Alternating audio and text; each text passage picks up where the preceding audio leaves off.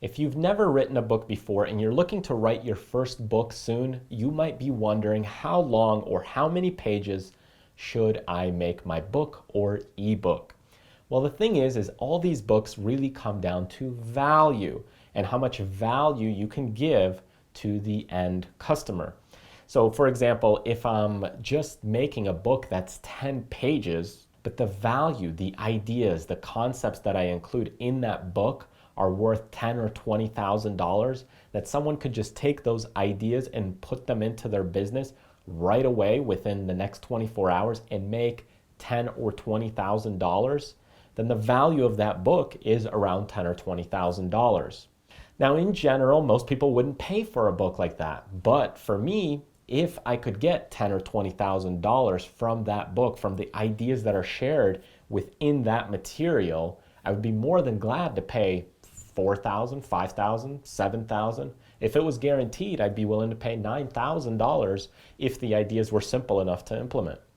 So you always have to relate these things to value and how much you're going to get out of the material.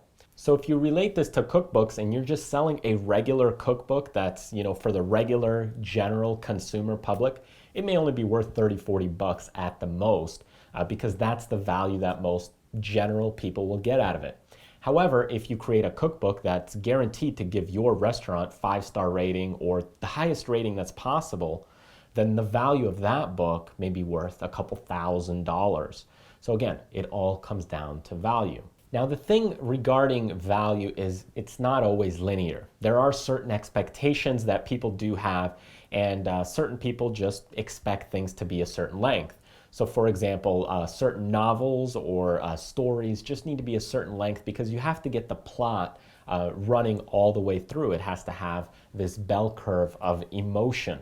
However, if you're talking about how-to books, such as my Business Launchpad book, which is roughly about 220, 240 pages, it gives a very good substance for the material about launching your business, growing your business, taking your business to that next level. For just less than 15, 20 bucks, you get a lot of value, a lot of knowledge and information. One of my other interests is investing, and I've written a small little handbook, 100 Stock Trading Tips, in that field, and this book's less than 10 bucks. And it's about 100 pages, 110 pages, and it still gives very good value for the $10 that people spend. Here's another book for you. This one isn't mine. This one's the Encyclopedia of Chart Patterns. Boring to most people. For investors, it's a pretty good book. It's about 1,000 pages, and this one sells for about $65 to $85. But the value in it is it's worth the $70 because the ideas that I can use are just worth much more than that. And if I can get something that just takes my education to that next level, then by all means, I'm going to do it. So here's another book for you. This one is called Century, and it's 1,120 pages, 1,000 pages basically. And it's the same amount of pages as this book, Encyclopedia of Chart Patterns book. Now, the reason why it looks much bigger or thicker is really because this book is a photo book, and the page quality is just a little bit more premium grade. Now, this one normally sells for $80 brand new. However, used, it sells for $20. The Encyclopedia of Charts Patterns book sells for $60 to $80 brand new and $60 to $80 used. So why does this one sell for much more than this one? Well, the thing is for a photo book, I can't get much value out of it. I can't use it to make more money. I can't use it to improve my life as much. It really is just there for inspirational purposes, or it's there for just feeling good about myself, or if I'm bored, I'll just get to look at the pictures on the coffee table. However, the lessons and the value in this book I can actually use to benefit myself. I can use it to invest in stocks and companies and then also profit from them. So that's the difference between these two books. One is strictly just for looking at pictures and just making myself feel good about it, or looking at history through time. It's not anything to do with improving my life, making more money. It doesn't add any extrinsic or intrinsic value. Maybe I just feel good about it. The other book, however, I can actually use the skill sets in that book to make investments in the future, to improve my life and use them for years to come. So if you're planning to write a book, remember that buyers have a certain expectations. They have certain things that they expect. They expect a story, a bell curve of emotions that they want to go through if they're reading a story or a fictional book. If they're reading a how-to book, it's going to relate to, in general, the other books that are out there, because books are an old form. However, people still purchase them. I'm an old soul, and I like having the physical copies of the book. As you start changing the medium, you get to ebooks, they're a little bit cheaper because the distribution platform is a lot different and it's more cost effective. But the end result is, think about value related to your category.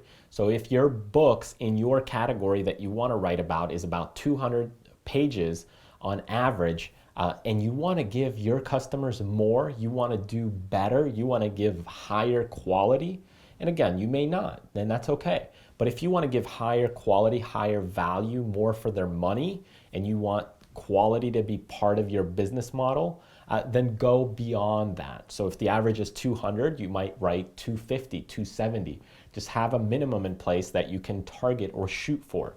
If the average is only 100 pages, which is perfectly fine because some category of books have on average 100 pages, some only have 50 pages, then shoot for a little more than that, 150 pages maybe, just to add the additional value to your customer.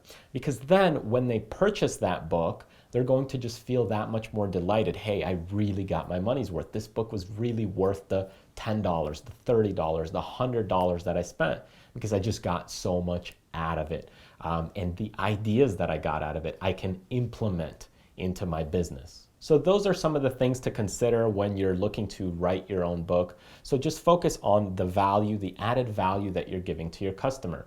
If you're not giving enough value in the book, then the reviews won't be as great. Of course, there's always other little details that you have to account for, but the more that you can give, the more that you can contribute back, the more that's going to come back to you. So just contribute, continue evolving your craft and just building these things up. All right, thanks for joining me. If you enjoyed this video and you want to see more videos like this one, then go ahead and click this link over here on the right side.